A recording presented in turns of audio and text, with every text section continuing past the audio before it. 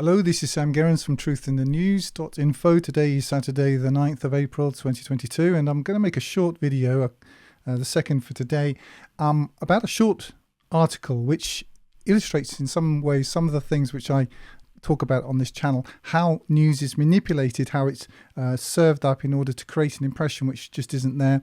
As per usual, I still have the ongoing technical issues with the cameras and so on. Please just, don't worry about that. And follow me on my Telegram channel, which is Truth in the News.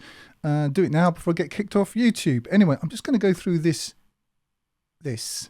Now, I'm doing this partly to expose the ridiculous nature of this propaganda, which is what it is.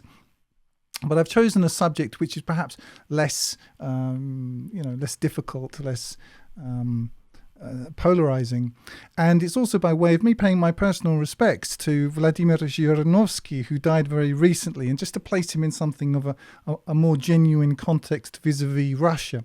So the title here is Putin takes, quote, nuclear football to funeral of Russian politician. Mourners were cleared from the cathedral amid fears of an assassination attempt on Mr. Putin. Here we are, there's Mr. Putin at the funeral of Vladimir Zhirinovsky, a far-right politician and head of the ultra-nationalists Liberal Democratic Party. Now, this all makes it sound, especially for a liberal audience, really terrifying, doesn't it? He's an ultra-nationalist Liberal Democratic Party far-right politician, and there Putin has gone to pay he's gone to his funeral. Why would he do this? This is an ultra-nationalist. I'll just explain some things about Vladimir Zhirinovsky. Vladimir Zhirinovsky was sort of the old man of the Russian political scene. He's been there since, well, I should think the time of Yeltsin. He was in some ways very brilliant, in some ways extremely flamboyant, and alternately loved and hated by all kinds of people in the right across the Russian spectrum. I've heard him speak personally. I also have seen him give lectures at universities. He was a very well-read, extremely clever man, quite an amazing skills of rhetoric, and towards certainly the last period of his tenure, he acquired a kind of a gravitas right across the board.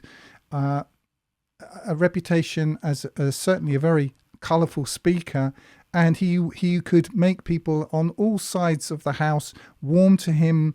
His humour, quite frankly, will be really deeply missed in Russia, and I think I speak for lots of people who say whether they agree with his politics or not, that Zhirinovsky will be sorely missed by millions in Russia. So just to give you that kind of perspective, and I think that I think a lot of people who speak Russian, who understand the Russian milieu, will agree with this. Now, let's just get back to this.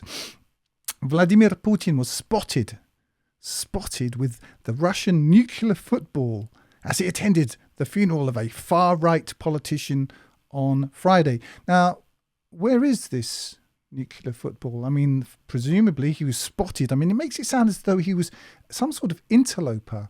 He was somewhere that he wasn't meant to be. No, this was the state funeral of a very widely respected man who was not in Vladimir Putin's party at all. So he went to pay his last respects to a man who was the head of a party that was actually, in some ways, in competition with him. So that's what he did. But he was spotted with the Russian nuclear football as he attended the funeral of a far-right politician on Friday. It makes it sound so sinister. Actually, Vladimir Putin took time out of his extremely busy schedule to pay his last respects to Zhirinovsky. That's all that happened here. Mr. Putin was accompanied by a man in a dark suit who was carrying a briefcase which contains the codes needed to authorize a nuclear attack remotely. Well, where is this person? And how do you know what men in dark suits carry in suitcases? How could you possibly know this? But even let's say this were the case, there are protocols in place, just as there are in America, Wherever, for example, the President of the United States flies, the Deputy President, the Vice President, is not allowed to fly with him. They have to fly on separate planes. These are protocols. Now, whatever was or was not happening around Putin at the time of he went to pay his last respects to Mr. Zhirinovsky, you can be sure that whatever protocols were in place now. Nothing amazing will have happened. To continue, mourners were cleared from the Christ the Saviour Cathedral as Russian leader paid his respects to, again, the ultranationalist Vladimir Zhirinovsky amid fears of an assassination attempt. Whose fears? I mean, of course, there will be high security measures in place. Why would there not be at a time when Russia is at war with all kinds of factions and interests? But was there a particular reason for a fear of an assassination attempt? No, well, certainly none is stated here. But what I'm trying to get across to you is this isn't news. This is narrative creation. The purpose of which is to create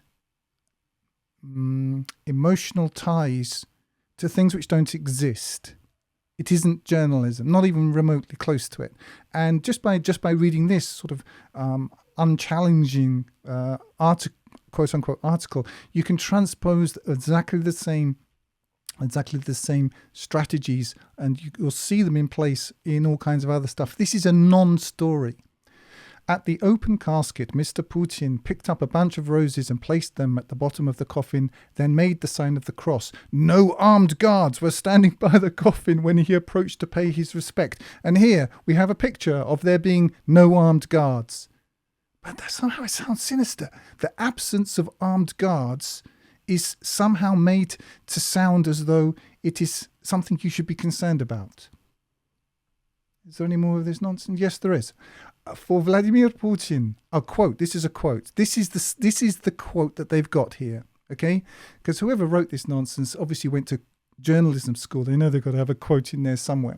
For Vladimir Putin, the hall where people bade farewell to Zhirinovsky was completely emptied of people, even from relatives on chairs, reported Telegram channel VCHKOGPU.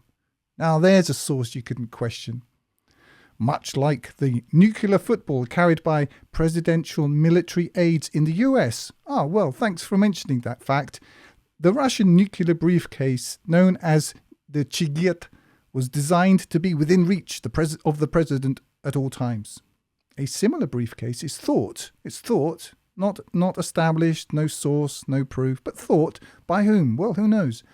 By them, whoever they are, to accompany the Minister of Defense and Chief of General Staff. So just to kind of cut to the chase, Russia has a series of protocols which it follows as you would expect, and as you would expect, they have been followed here also. But let's just finish this. Vladimir Zhirinovsky was a far right. We've got to get that in again. Far right, you see. Now, this is the Independent, the laughingly called Independent, and they don't really use the word conservative any longer. It's all far right. Far right means Adolf Hitler, which means, it means marching and, and goose stepping and killing and gassing and murdering. Far right, you see. Not just conservative. There are no conservatives. It's all very polarized. The far right politician and head of the ultranationalist, we just get that in again, the ultranationalist Liberal Democratic Party. He died from COVID 15 weeks after predicting in advance the date of Russia's invasion of Ukraine. Well, I saw Zhirinovsky interviewed about COVID. Oh, shouldn't say that, should I? COVID.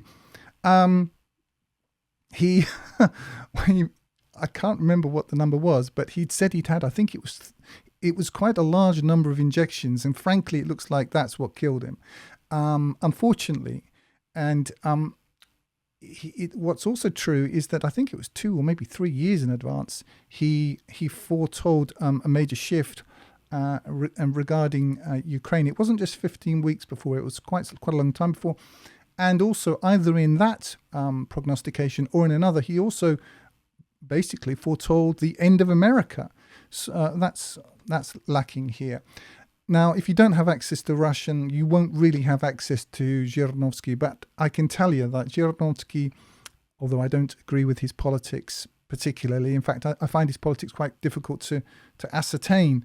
As a commentator, as a historian, as a I don't like to use the word comedian because it's not quite correct, but as a I think he took the role, to be perfectly honest, that might have been typically ascribed to the jester in medieval England.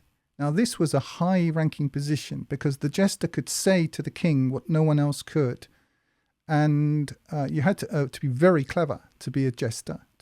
And I think that Zhirinovsky, he played a number of roles, but he played that too, and he did so consummately, and he will be greatly missed.